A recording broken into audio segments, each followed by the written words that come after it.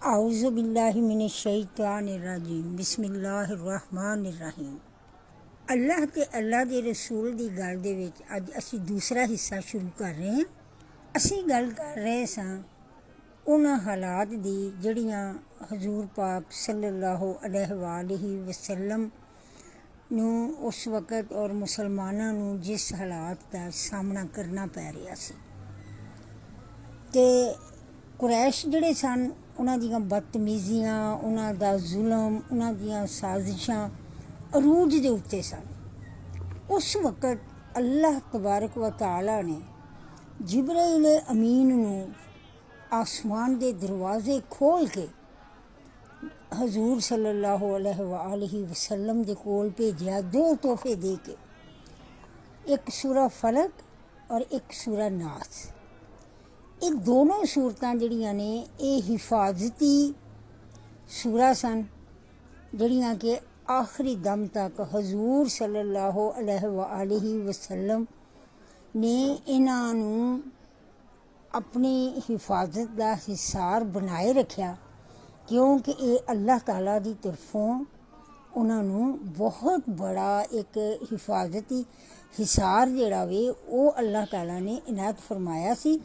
और ये साढ़े सारे मुसलमानों वास्ते, सारे यही इंसानियत वास्ते भी ये बड़ा बड़ा हिसार ने, ये हिफाजती सूरा ने दोनों।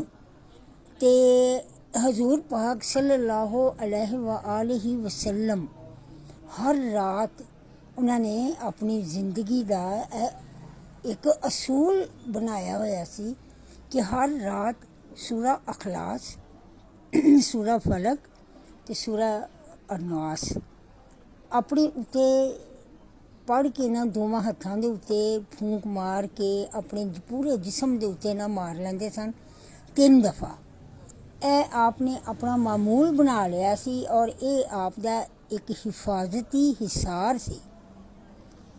अन्नास का मतलब है लोग, यानी अल्लाह अपने बंदियां नूं मुखातब करके कह रहा है। इसका अन्नास का मतलब है वे कि अल्लाह अपने बंदियां नूं यह कह रहा है कि अपने रब नूं राज़ी रखो और अल्लाह दे नाल अपने ताल्लुकात नूं बेहतरीन तो बेहतरीन बनाओ।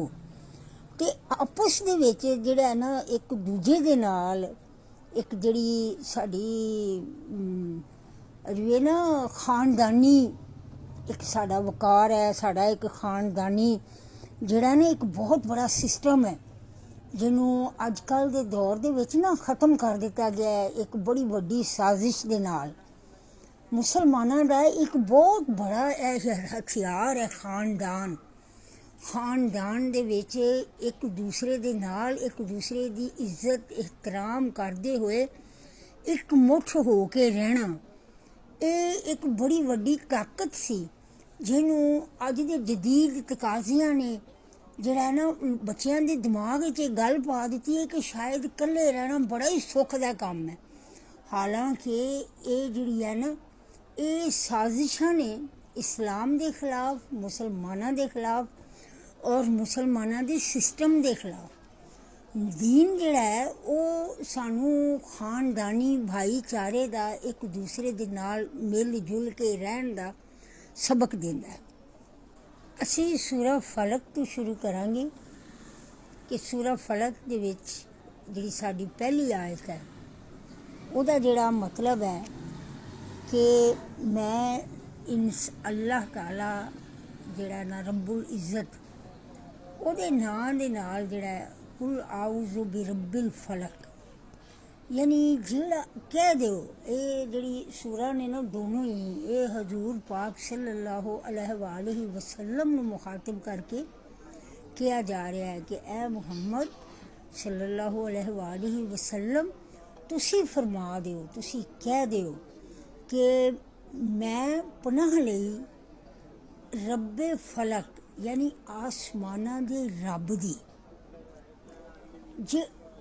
कि जिन्हें जिहड़ा मेरा रब है जिन्हें आसमाना दे रब दे शर तो यानी कि जिहड़ा अल्लाह ताला ने शर पैदा किया, यानी अल्लाह आसमाना दा रब है, ते शर जिहड़ा है ना वो अल्लाह ताला दी ही जिहड़ी है वो एक कह लो पैदाइश है, एक आजमाइश है कि शर जिहड़ा है ना वो इंसान यह गल कह रहा है, हजूर ये गल फरमा रहे ने कि मैं पनाह दे विच आया रब्बे फलक दी, आसमान के रब दी, किहदे तों, शर तों।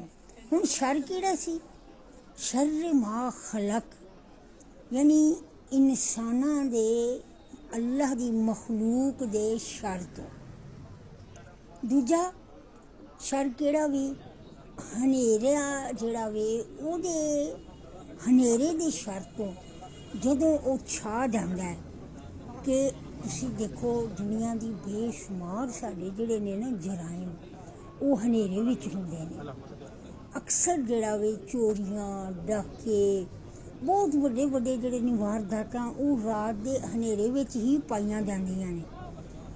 चलो हुण कुछ इंज दे भी हालात हो गए ने कि लोग दिनें भी नहीं डरदे वारदातां पाउण लगियां, लेकिन ज़्यादातर जिहड़ा वे रात दे हनेरियां दे विच जिहड़ा वे वो शर ज़्यादा फैलदा। ते इत्थे यह हुक्म है कि उस हनेरे तों जिहड़ा शर ਉਹਦੇ ਵਿੱਚ ਲੁਕਿਆ ਹੋਇਆ ਹੁੰਦਾ ਕਿ ਮੈਂ ਨਾ ਉਸ ਹਨੇਰੇ ਤੋਂ ਉਹਦੇ ਸ਼ਰ ਤੋਂ ਪਨਾਹ ਵਿੱਚ ਆਉਣਾ ਵਾ, ਸੋਹਣੇ ਰੱਬ ਦੀ ਆਪਣੇ ਅੱਲਾਹ ਤਾਲਾ ਦੀ ਪਨਾਹ ਦੇ ਵਿੱਚ ਆਉਣਾ ਵਾ।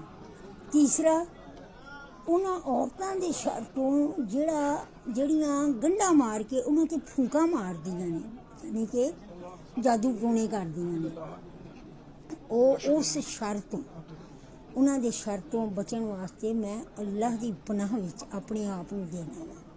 ਅਤੇ ਹਸਦ ਕਰਨ ਵਾਲਿਆਂ ਦੇ ਹਸਦ ਤੋਂ ਜਦੋਂ ਉਹ ਹਸਦ ਕਰਨ ਲੱਗ ਜਾਣ, ਇਸ ਤੋਂ ਅੱਗੇ ਫਿਰ ਇੰਸ਼ਾ ਅੱਲਾਹ ਤਾਲਾ ਅਗਲੇ ਹਿੱਸੇ ਦੇ ਵਿੱਚ ਪੂਰੀ ਤਫਸੀਲ ਦੇ ਨਾਲ ਬਿਆਨ ਕਰਾਂਗੇ।